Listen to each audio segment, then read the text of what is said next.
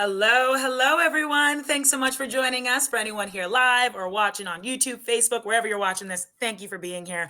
I'm Sophia with Garden State Film Festival. It is the 22nd year of the Garden State Film Festival. This year, we have 200 films from 14 countries, Asbury Park, New Jersey, and Cranford, New Jersey. You can check out these films, and one of the films you can check out is a short film called Magic Socket.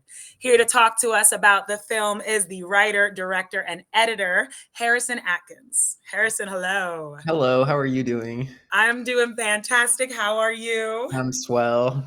Oh, lovely to hear. Thank you so much for taking the time out of your day to talk to me, and congratulations on your acceptance. Oh, thank you very much. It's my pleasure. So, before we get into it, can you tell everybody watching a little bit about yourself and about Magic Socket? Sure. I'm a filmmaker. I live now in Los Angeles, California, and I've been making movies kind of my whole life. Basically, a pretty linear trajectory since I was a little kid. I made a bunch of shorts and a feature. I've edited a bunch of stuff and kind of worked in a lot of different capacities on different scales of film project over the years. And Magic Socket is a short about kind of a really ambiguous and mysterious relationship that unfolds between a woman and a stranger that she meets in a parking garage. It kind of maybe delves into territories that are more ambiguous or uh, I don't know. I don't want to say the movie's a riddle, but it's definitely maybe more mysterious narratively than a lot of Yeah. other short films might be. Yeah, it was just beautiful to watch, and I have a lot of amazing compliments to give you, which I will try not to like talk your ear off and just make your ego huge with them. But safe to say, I really loved this film. It's gonna People usually ask me like, "Oh, give me a list of favorite films." This is definitely gonna be one of my lists on my list. Your style, your direction, your tone is just so like unique, and it seems very specific to you. So I'm curious what your inspiration was for even coming up with this story, but also the way you told it, like that direction. Thank you, first of all. The original kind of inciting idea of the film came while I was driving in my car and I was listening to Alice Coltrane. And then with a short film, sometimes the totality of it can kind of appear relatively fully formed, and that's what happened with this movie. It's like I sort of wrote a poem just on my phone, like I pulled over and just kind of like had this idea. um the film is kind of just an I guess an adaptation of this like poetic sort of thinking. And I would say it wasn't even really like a super intellectual process. It's maybe more of just an intuitive process where I feel a little bit like like artistically I'm trying to get out of the way so that my kind of intuition can do its thing. Mm. Would you find, I mean, you've been making films all your life, features, shorts. We'll talk about your bio later, but you do a lot. Do you think a lot of your past work is similar to Magic Socket, or is this kind of out of the wheelhouse? I think there are similarities and differences, and in a way, I think it's true. This idea, this like kind of artistic idea that you're kind of always telling the same story over and over again in different ways.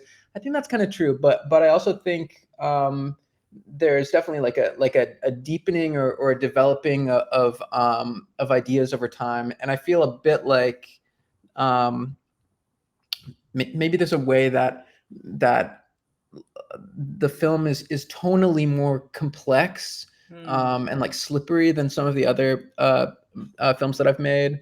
I think like in the last decade, I've like worked a lot in kind of like a comedy-ish space, and I Oh, think this film is maybe more like particularly um, uh, there's like a tonal uh, kind of conundrum of it where it's like sometimes it's kind of funny, but it also is like weirdly like disturbing or sad. There's like a mm, bittersweet kind of melancholy thing.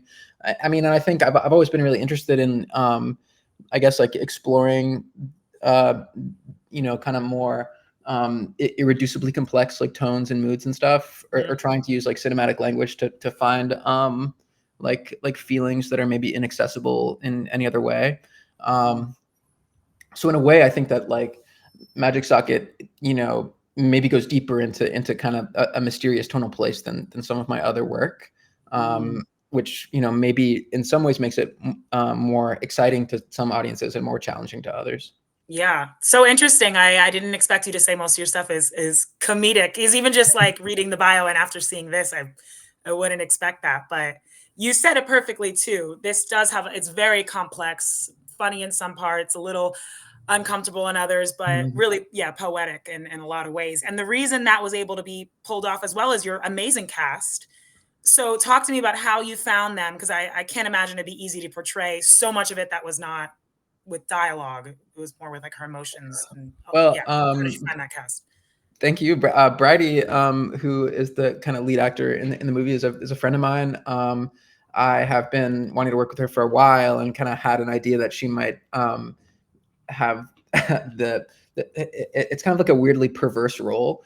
And I just think Bridie is such a talented and interesting artist, and really can kind of hold all of the complexity of the character in her head Mhm. at the same time or something. And um, I was friends with Mitra Juhari, who's also in the movie too, and had wanted to work with her. Demorge is someone whom I've been a fan of. He's an actor in LA who has appeared in a lot of different kinds of stuff. He's always amazing. And it was a really kind of a tricky role to cast. But I kind of had this idea about Demorge and was talking with my producer Jack Forbes about it, and I was really excited to get to work with Demorge. And when we first started talking about the role, he was so all in, and it was so fun to kind of play with him. Wow. They were all just like so perfect for the role. So like round of applause for all of them. If they're watching this, you have new fans. Love the work. And what about the crew? Have you worked with your DP before? You mentioned your producer just now. Are these people you've collaborated with before? Jack is an old homie of mine. This is the first time we've worked together in this capacity, though. We went to the same film school. I think he was a freshman when I was a senior, and I think that is when we met. Maybe I actually don't remember actually how old he is, but and then the DP Ava Shore is also an old friend of mine, someone I've known for a long time and have been wanting to find something to work with her on, and we have been kicking around a few ideas over the years. And when this project seemed like it was kind of getting momentum to occur, I was really excited to get the chance to finally pull the trigger on working with Ava, and had such a good time working with her. Amazing. It's such a good collaboration. And it's funny because you said something earlier that is so true. I write a lot and it's very true. And I heard it for the first time from a filmmaker yesterday that a lot of directors and writers are writing the same story, which it's so it's amazing when filmmakers kind of all think similarly. But when it came to telling Magic Socket, were there any influences, maybe from past work, from other directors that you like, other films, just life or art in general, that influenced the way you told the story?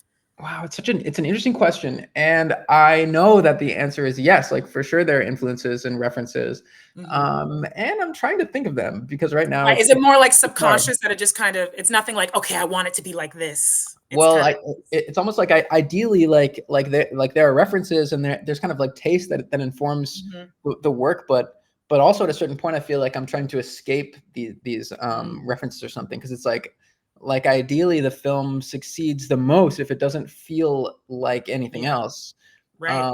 Though I feel, in a way that it's like informed by so many things. Mhm. Um, I don't I know. won't make you hurt your head trying to figure Yeah, it out, it's a but little it's not tricky even, actually. and I don't want, I feel like sometimes asking that it's not like offensive or something, because you do have such a specific style that I didn't personally see, oh, this looks like this type of film or this type of director. I didn't see that, but I was just curious if like something specifically influenced, yeah, the way you tell the story and your tone.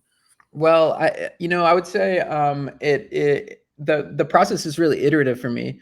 The maybe the script is born out of like a moment of kind Mhm. of inspiration, but then you know, I would say in kind of developing the like cinematic language of the movie and the edit, it's kind of iterative, and there are even kind of like tonal jags that got cut out of the movie in the process. You know, you said that you're surprised that I've worked on comedy, and that's so interesting because originally the movie was kind of funnier. It kind of became a Ah, little bit less funny in the edit, because of just sort of like discoveries about kind of finding the right way yeah, to ride the flow of the tone or something like that.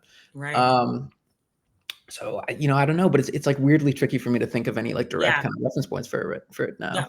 totally. And something I wrote too, the sound design and the music was really one of the, I mean, all the elements of this film were just on it, but I just want to shout out whoever did your sound design and the music. Beautiful.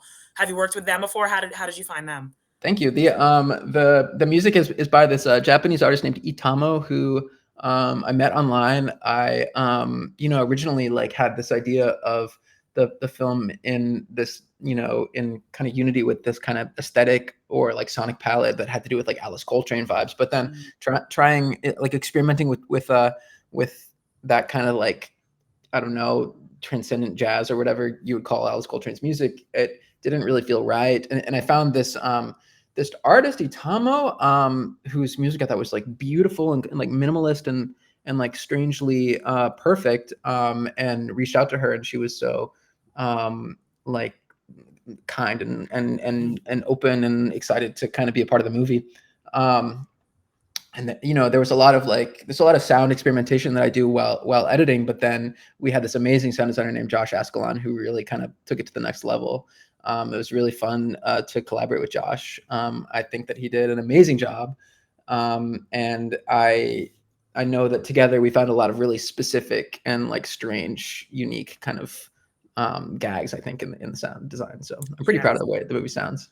Oh, absolutely. It's a big fan of that. And so we're running out of time, but I really want to ask you two more questions. One of them is, yes, reading your bio, I am just like amazing. You are an editor, director, writer, producer. Your work has been featured in a lot of amazing things. You're an executive producer on something on Netflix. You won Best Narrative Feature at Tribeca. Like you had projects in Sundance. It's just like I'm blown away by your bio. What would you say is some advice you can give some other aspiring filmmakers or filmmakers that you've learned throughout your career? Well, it's a good question. I think for me, I think about the fact that it's kind of like grind, it's like, in a way, the art form is still young. There's still a lot of stuff to I think discover within the form. There are there's new like kind of language that you Mhm. can just discover. So it's a little bit about like persistence, and about a willingness to to work, even if you might fail, to experiment, even if you don't know how your experiment will turn out. And in a way, I just think it's really about this kind of persistent way of like grinding and exploring and pushing yourself. And then kind of, I think different like opportunities, they occasionally appear along the way, if you are persistent, and if you're working, and if you're kind of driven by maybe like an inner desire to explore and Mm, to kind of push the way that you approach the art form. amazing. Harrison, you're in LA. Your work has been a lot of different places. How did you come across Garden State Film Festival? And how does it feel to have Magic Socket this year at the 22nd annual Garden State Film Festival? It feels amazing to have Magic Socket at the festival. We heard about the festival through our co-producer Josh, who is a big fan of the festival, and Thanks, Josh. yeah, I'm so excited to that Garden State is playing Magic Socket. I couldn't be prouder to have the film in the festival. And lastly, what are you hoping our Garden State Film Festival audience get out of seeing Magic Socket, if there is something specific you hope for? I guess I hope that open-minded audiences have an experience that they can't really find elsewhere. That maybe is specific in a way that it hits different than anything they could read in a book, or see in another movie, or see in a painting. I'd like the movie to make them feel a certain mysterious way. Mm-hmm. Oh, love it. I mean, I'm only one person to see it that I know so far, and everything you just said is what I felt, and it was very It's just, yeah, as I said, I love the film. Thank you so much for Thank you so taking the time much. out to talk to us. It has been truly a pleasure picking your brain. Can't wait for people to see this. Let me tell you how you can. Magic Socket will be playing Sunday, March 24th from 2:45 to 5 p.m. That's the film block. You could check it out at the Berkeley Hotel in the Kingsley Ballroom. Definitely come see it. Harrison, thank you again, and I can't wait to see your future projects. Thank you. Thanks so much for having me. Bye, guys.